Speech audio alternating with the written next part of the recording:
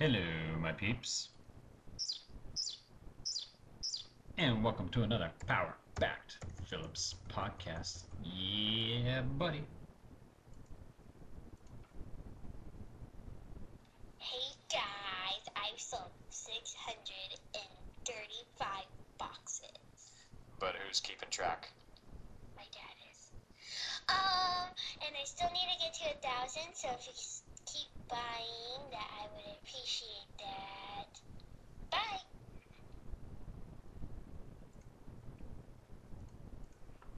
Your MSAs for today. Relax. You don't have any homework tonight. You worked really hard on your FCAT writes yesterday. The rest of your MSAs.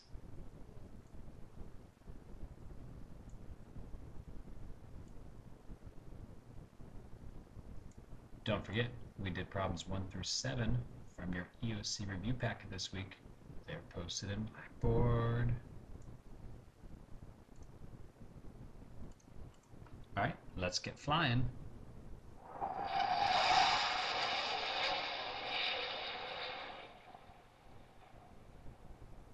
Today's notes are on lesson 8.2, exponents involving quotients. Lesson 8.2, exponents involving division. There we go. So here we go. One of the important rules that we need to realize. Please write down a to the 5th, fraction bar a to the 3rd. What does that mean? That means that we have 5 letter A's on top and we have 3 letter A's on the bottom. We can do some canceling.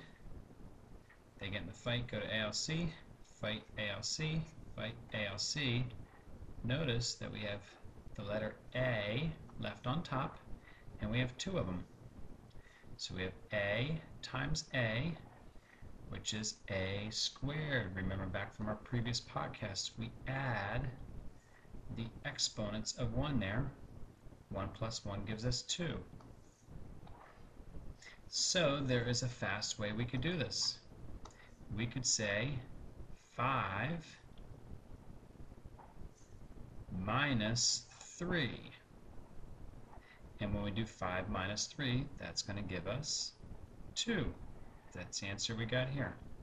So the rule that you need to write down and become familiar with, when we're dividing powers, dividing exponents that have the same base, we need to subtract the exponents. We're dividing powers that have the same base, we subtract them. Notice back in our previous example, we have the same base. They're both the variable a. We are dividing. Dividing, same base. We said the shortcut is we can subtract the exponents. So let's go through some examples. If you would, please write on your paper 8 to the 10th power over 8 to the 4th power. Notice that I have the same base and I am dividing. My rule says when I'm dividing the same base, I subtract the exponents. So I'm simply going to do 10 minus 4, which gives me 6. Here is my correct answer. Another example, please write it down. 5 to the 4th power times 5 to the 8th power, fraction bar 5 to the 7th power. Notice that we have some multiplication going on here. What am I going to do? I am really going to add the exponents. 4 plus 8 gives me 12. Now I have 5 to the 12th power over 5 to the 7th power. Same base, I'm going to subtract. So I'm going to do 12 minus 7. When I do that, that gives me 5, my correct answer, right here. Brain break. Oh my gosh. I wonder if these people around this guy asked for a refund for their tickets. That is wrong in so many ways. By the way, if you already had lunch today and you're just watching this, have fun. OMG, what are you thinking? Put the shirt back on. Please write down this example. Focus. 1 fraction bar x to the 4th times x to the 6th. What am I going to do? I'm going to make this a fraction by putting a denominator of 1. Now I have 1 times x to the 6th gives me x to the 6th. Now I have x to the 4th times 1, it gives me x to the 4th.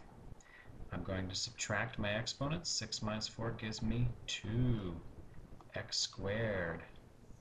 Correct answer. Tricky answer. Don't get tricked. Don't get tricked into buying a ticket standing next to that guy. Oh my gosh. Next example, please write down this expression, parentheses x over y, parentheses to the 3rd power. Remember that there is an invisible exponent of 1 here. So I have a power to a power, so I'm going to multiply. So that means I have x to the first power, times 3. That's going to give me x to the 3rd power. I'm going to do the same thing on the bottom, invisible exponent of 1. That means I have y to the 1st power raised to a power. I multiply. 1 times 3 gives me 3. Stick a fraction bar in between them. There's your answer. Easy. Next one. I have parentheses, -7 over x, parentheses to the 2nd power. Please write the example down, or I'm going to put the picture back up. What? You don't believe me? I told you, don't try me. First thing I'm going to do is do 7 to the 2nd power. Notice, I'm going to put the negative sign with the 7. Put the negative sign with 7 because the 7 is on the top of the fraction. So I have parentheses, -7 to the 2nd power. That really means I have -7 times -7. When I do that, it gives me a positive 49. Put an exponent of 1. 1 raised to the 2nd power means 1 times 2. That's going to give me x to the 2nd power. I'm cheating. Get over it. There's my solution. Last one. Focus. Or the picture's going back up. No! I'm going to do 4 to the 3rd power. That means 4 times 4 times 4. That gives me 64. I don't see a 64 here. Goodbye. I don't see a 64 here. Goodbye. Maybe. Maybe. I've used the 4. Now I'm going to do x to the 2nd power raised to the power of 3. Power to a power, I multiply. 2 times 3 gives me 6. So that's going to be x to the 6th power. I'm going to put boxes around it so I don't forget. Ooh, tricky, tricky, tricky. Don't think you can work.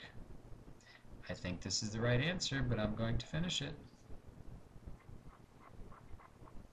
Now I'm going to do 5 to the 3rd power. 5 times 5 times 5. You better not tell me it's 15. Big time Proby for you if you do.